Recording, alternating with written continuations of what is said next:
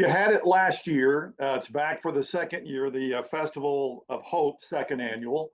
Um, Tell us about this event. Since it is in its sort of infancy, I suppose. Where did the idea come from, and what is this day all about? Yeah, so the second annual Festival of Hope really was created that we know a lot of people know that the Salvation Army rings the red kettlebells at the end of the year. They also know a lot about Angel Tree, but we also find that they don't know what we do the rest of the year. They might not know that we're helping pay utility bills for seniors or that we're feeding about 150 people every night in downtown Fort Smith. And so this gave us another way to tell our story and communicate with the community about the great thing the Salvation Army is doing. But in addition to that, also too, it allows people that might not be able to be part of our story. And so the Salvation Army's only annual event really leading up to 2 years ago was the Red Kettle campaign. And just to be very frank and honest, it was getting harder and harder to meet our goal, just because less people are carrying cash than they ever have. And so this really gave a lot of donors and supporters an opportunity to give electronically to the Salvation Army. And so last year we literally raised about $13,000 through QR codes at the event. So I do know that this is just giving donors a little bit more of a flexible way to give. And it's also a really fun lunch event. Last year, I know me and Danny Baker got to pick on each other a little bit in the event and kind of have a lot of fun with that. And but in a lot of ways too, it draws attention to the Salvation Army and allows donors to get that first angel off the tree, to be able to make their first maybe donation to the year, and lets them know again the stories that are going on with the Salvation Army outside of just kettles and angel tree. So, in a sense, this is the kickoff to the holiday season. Very much so. So we found last year that whenever we did this, it seemed to surprise people less. And so one of the comments we hear every year is, you guys get out there earlier and earlier every year. And actually, we get out there at the exact same time. And so, but I think a lot of that is just perception is that they need it and they have to be out there.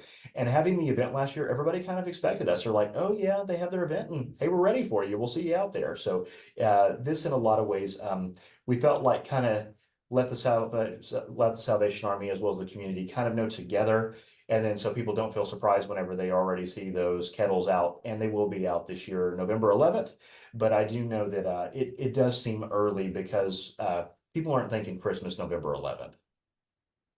What'll be happening that day? There's a full list of things in a short amount of time. So last year, a lot of our stories that we had were all recorded. They actually last year they featured a single mother that was raising her two kids and were homeless, and actually we rehoused them. And also it featured a lady that actually never had a job in 20 years because she had been incarcerated, and actually her first job in 20 years was at the Salvation Army making meals for people. And so this year, though, it's going to be live, and so none of it will be recorded this year. This year, we actually are featuring heavily our youth programs and the work that's going on with the Salvation Army and youth. And so if you come to the event, you're going to see it heavily led by young people. And they're all local. Most of them go to Kimmons and Darby. And so it's going to be a really great thing to see them involved. But in addition to that, we're also going to feature a story of a young girl who's 20 years old.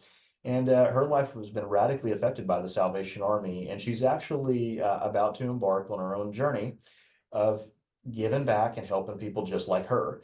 And she actually came to the Salvation Army years ago because we actually had a local leader that goes to our church that saw an eviction notice on a door, pulled over, didn't know the family at all, and invited them to the Salvation Army. And now that girl is actually giving back to others that were in her situation. So she's going to be one of our speakers, and it's just going to be a really great day. And there's a couple ways that people can get involved. Of course, they can buy tickets online at they can buy them.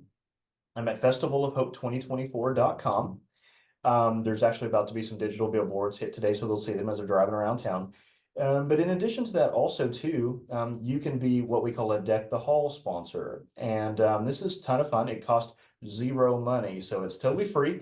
What you can do is you can actually decorate a table at the Festival of Hope and feature your business, your ministry. Even families can adopt them. And all we really ask that is you do allow us to put up a table tent of kind of saying, hey, this table's been sponsored by, let's say, ABB or Our Best Banker, whoever. And you provide some party favors. And so that people can see, hey, this is a great way to advertise, but also as a community member, we stand behind the Salvation Army and support what they're doing. And so it's that's one of the things we don't want to monotonize.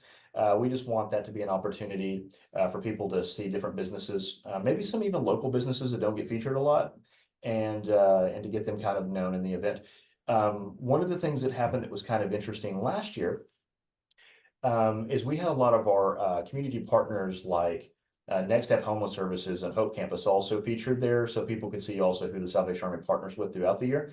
And that was a really great opportunity for them as well. But it's really just an opportunity just to celebrate the great things that we've done all year, to celebrate our partners, celebrate our donors, thank our media partners, and thank everyone that is kind of the army behind the army in a way, and us to just really have an action-packed hour. So it was really great last year. So you mentioned the website to get the tickets. I would imagine you'd want tickets to be bought ahead of time instead of waiting till the last minute. But can you just show up and like be a part of it, or do you need to get the tickets online? You can. It's always, of course, better if you buy them in advance. Tickets are $35. And again, they're at festivalofhope2024.com. And then some might say, I'd really love to come to the event, but I can't make it that day. So we've also added an opportunity in there that you can also donate if you can't get to the event. And so we've done that as well. We also do have sponsorships available for businesses. So if they want to sponsor it, they get, of course, some tickets and some PR and some other things like that. But yeah, it's going to be a great day. It's going to be Thursday, October 24th at noon, Peak Innovation Center. It's going to be great. And I can't wait to be a part of it. Sounds like a great hour lunchtime, and a lot of good fellowship and a lot of information going to be handed out as well.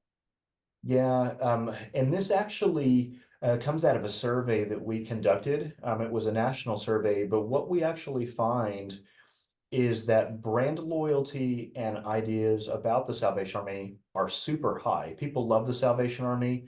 Most people know that we historically will feed people and we house people.